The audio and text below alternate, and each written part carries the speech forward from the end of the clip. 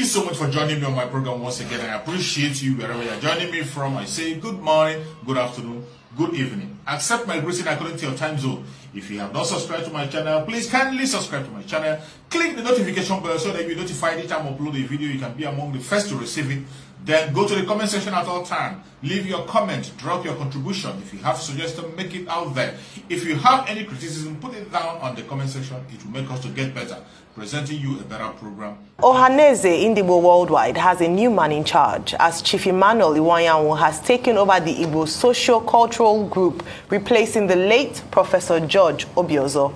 The new president of the group, Chief Iwanyanwu, says that he has carefully examined the circumstances and challenges plaguing Ndigbo and has decided, among other things, to tackle them headlong as the president of Ohaneze Ndigbo Worldwide. The new Ohaneze president promised to put the right committees in place to address issues in the areas of health, education, industry, and on electric power supply. A leader is not the wisest man, but he becomes the wisest the moment he is proclaimed, because my wisdom now is the aggregate of all your wisdom together. So I'm the wisest. I'm not the strongest man, but from this day, my strength is the aggregate of all your strengths. I'm the strongest. I'm not the tallest, but from today, my heart is all the height of Igbos, men and women, young and old, put together. So I want to assure you that this job, I'm going to rise to the challenge. It's going to be a collective responsibility. I'm going to work with everybody, and I can be rest assured that we are not going to fail. So today is a great day for all people to come together to stand behind him. You will know that going forward from here, you will be expecting a very firm and resolute leadership from Ndigbo. He's not expecting anything from anybody at his age. He's over 80 now, and with that age, Iwanyanwu has been a multi-millionaire and billionaire over the years. So he's not somebody who can come down to offer anything to abandon his people. Joining us on the morning show this morning to discuss his inauguration as the new president of Ohaneze Ndi Igbo and all he hopes to achieve during his tenure is Chief Emmanuel Iwanyanwu. Good morning and welcome to the morning show. Good morning, sir.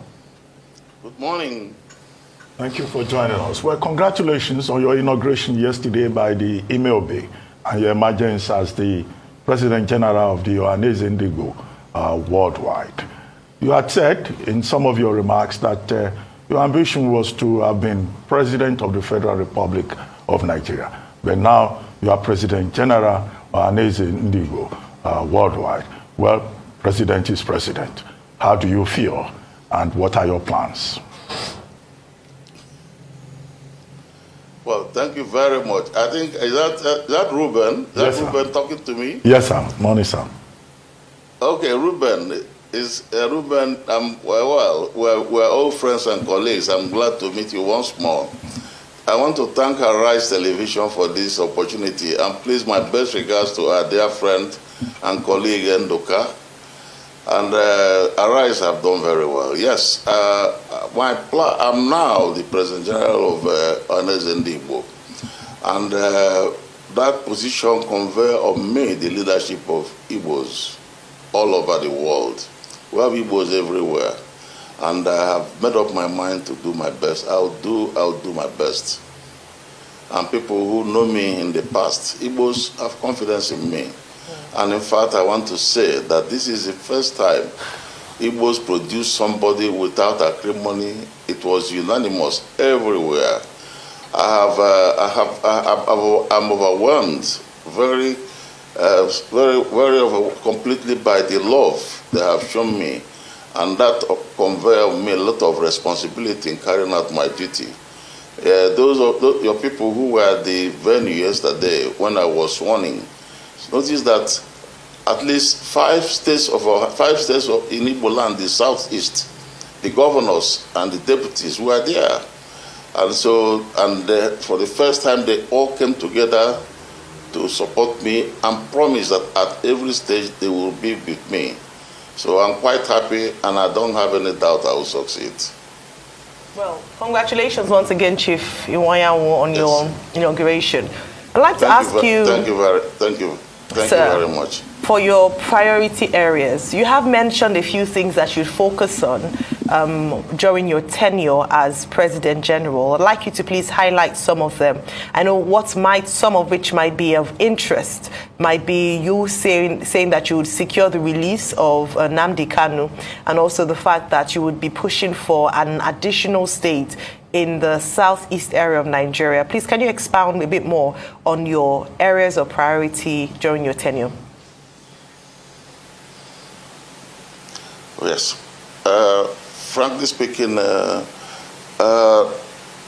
is a lot of problem in the country. You have a problem of youth unemployment, and all these things are creating a social unrest.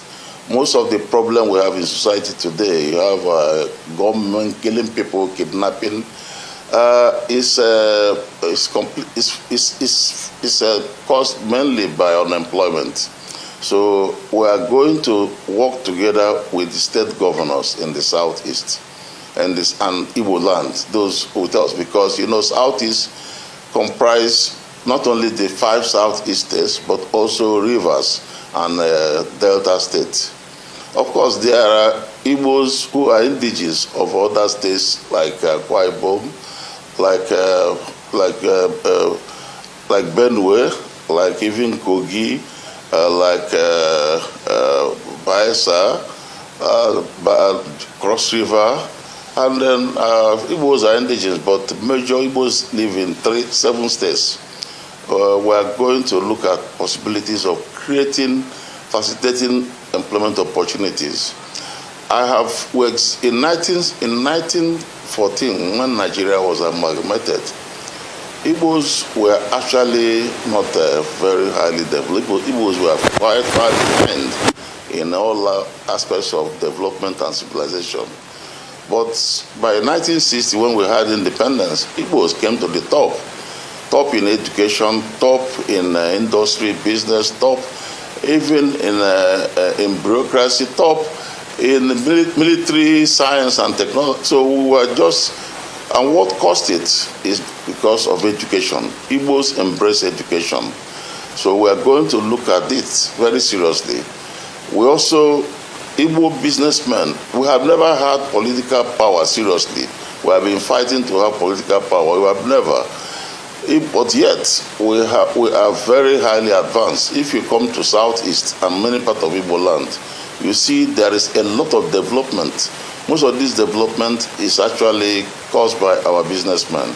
So that is why I decided I'm going to set up a council of education that will try to find what makes us strong in education. Find a council of business leaders to make sure our business will succeed. So these are very important. And then, of course, there are some industries, for example, the Niger Sem at Nkalagu, which was a major industry. I will set up a committee to work and make sure it is it will start production before the end of the year. And in fact, the raw material for cement is mainly limestone. We have a lot of it in Igbo land. We have limestone in Imo. We have limestone in Abia, in Enugu, in Ebonyi. I think even part of Anambra. So we're going to do that. And also, I commissioned a study on power. Power is a problem in Southeast. I commissioned a study on power, and they brought me very wonderful result that we can generate power very cheaply with coal, especially at this time when diesel is very costly. And coal is there in abundance in Enugu State. So I have further investigated, and people told me that in fact the coal in Enugu is one of the best. It's better than most of the coal. There are many other parts of the world that you still use coal for energy. So we are going to explore the possibility of mining the coal and then using it to get power, especially now. The National Assembly has done a good job by removing power from the making it in the concurrent list. So that's a very good job National Assembly did. We are going to take advantage, and when we do this, I think our people will be very, very happy. Well, talking about Nnamdi Kanu, it has to do with our security. Now, Nnamdi Kanu has been incarcerated for quite a long time. We actually, our position is that the law should take its turn, but the law, the court have released him. The court have released him, and we in Ohaneze Ndi Igbo feel that there is no justifiable reason whatsoever to still keep him in prison when he has been released. So that is why we think he should be released. And in fact, it's a problem to us when he's not released, because the young people who actually support him, there's no doubt about it that Nnamdi Kanu has a lot of support from younger people in this country. I mean, especially in our area, who feel that they are not getting what they should get in Nigeria. But we have been telling them that things were doing well, that when they look at the aggregate, Igbos have done well in terms of business, in terms of economy and so on. So if Nnamdi Kanu is reduced, it's going to reduce the problems we have in the security problem in the southeast. And it is my intention to organize what I call security summit. Peace summit. I want to have a peace summit. A peace summit where we will invite, Ohanaeze will invite all the groups that are agitating for one thing or the other. Then make them to embrace peace, so that they stop killing and murdering people. And we can't organize a peace summit if Nnamdi Kanu is still in detention, because it will not work. And especially when his case has been examined by the court of the land, and the court have said that Nnamdi Kanu should be released. So it is the view of Ohanaeze Ndigbo, an appeal we are making to Buhari to give us that gift of releasing Nnamdi Kanu before he leaves before his expiration of his 29th of May. Okay, so that is our desire, and that is our desire. Okay. Yes. Okay, sir, good to see you, and congratulations. Okay, go ahead, please finish up your thoughts. Go ahead, sir. Yes. No, we wanted to say that it's an appeal we are making to the president. We want to emphasize that the president, in fact, we must acknowledge that the president has done quite a number of things for us. He has the Niger Bridge is completed. The road from Enugu to Port Harcourt is wearing a new look. And recently, President has done a thing that is very critical, not only to Ohanaeze Ndigbo, but to the nation. The approval of dredging of the Uguta Lake to carry level, which is a joint project of Imo State government and the Nigerian Navy, which have been approved by the federal government, is a very important thing to the Igbos. Igbos are it shows that Buhari actually loves us. Time has passed when people say Buhari, we know he loves us. We know he loves us, and he has done a lot in other states, because I've been in touch with the state governors. The state governors have told me most of the things Buhari have done for them. And for all this, I thank Buhari. But I'm appealing to Buhari to do me one favor, to do us one favor, to release Nnamdi Kanu before 29th of May. If he does that, we will now be fully happy, we'll feel very happy. And every Igbo person is anxiously expecting this. When this is done, if we see anybody then killing or doing any evil, then we know it's a criminal. And the person will be treated like a criminal. Thank you very much. Okay, thank you so much, sir. And congratulations on this very important title. And you're a man of many parts, and it's an honor, seeing you, because you straddle across many sectors. You are a publisher yourself with a champion, newspaper. You set up Iwayawu National, which is Heartland. You straddled into sports. You straddled into construction. You've seen it all as regards the economy. And you have something called staying power, which are attributes of champions and great men like you. So congratulations for that. But a couple of things I'd like to ask you. Number one will be about what was said in Awka. And you have a chance to clear the air, because a lot of people asked, some people said, oh, you said you're about rascals. Some people said, no, you didn't say that. And there are video evidence to what you said. But I'd like you to clear the air, number one. Number two, I want you to also talk about other things that are germane to the growth and progress of the Igbo people, which is about peace based on the violence that happened between Yorubas and Igbos and other ethnic groups in Lagos leading up to the elections. All right? That's another thing I want you to talk about. I also want you to talk about this quest for an Igbo presidency, that has long eluded people, that a lot of people thought Peter Obi was going to be, the silver bullet for. So those three issues, if you can just pack them up together. But good to see you, sir. Okay. Thank you. Thank you very much. Now, at Awka, when the governor was celebrating his 25th year anniversary, I was the chairman. And then prior to that, I had a lot of complaints from Igbos in Lagos. Igbos in Lagos, most of them were contemplating moving away from Lagos. They felt they were unsafe. They felt they were threatened.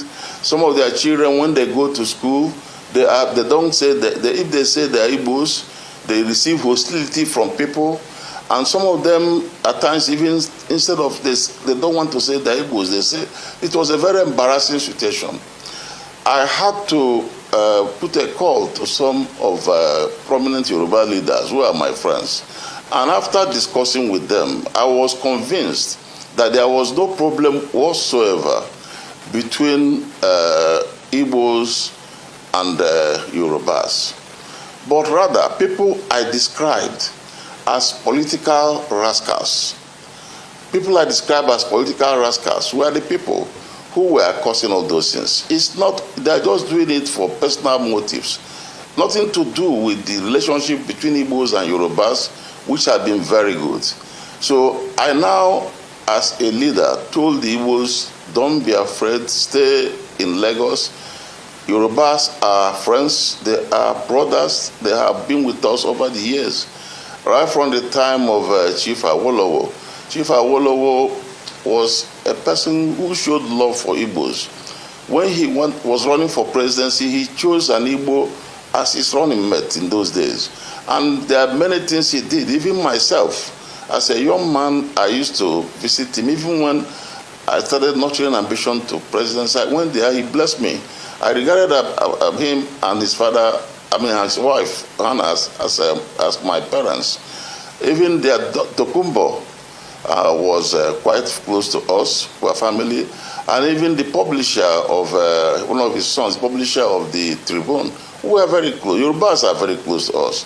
The late Abiola was one of my best friends and so on. We were very close together. And in fact, I knew